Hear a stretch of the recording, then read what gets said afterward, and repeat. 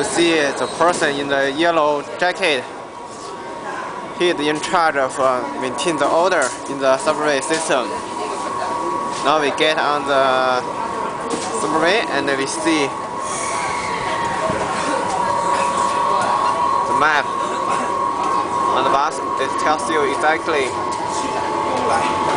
where you are, and you see both in Chinese and English. It's very helpful.